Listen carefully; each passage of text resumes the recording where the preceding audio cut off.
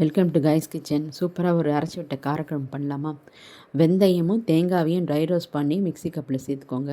கொஞ்சோண்டு நல்லெண்ணெய் விட்டு கொஞ்சம் சின்ன வெங்காயமும் ஒரே ஒரு தக்காளியும் வதக்கி அதையும் மிக்ஸி கப்பில் சேர்த்துட்டு அதோட மஞ்சள் தூளையும் ஒரு 1.5 ஸ்பூன் குழம்பு மிளகாத்தூள் அப்படி இல்லைன்னா சாம்பார் தூள் போட்டு பேஸ்ட்டாக அரைச்சி வச்சுக்கோங்க.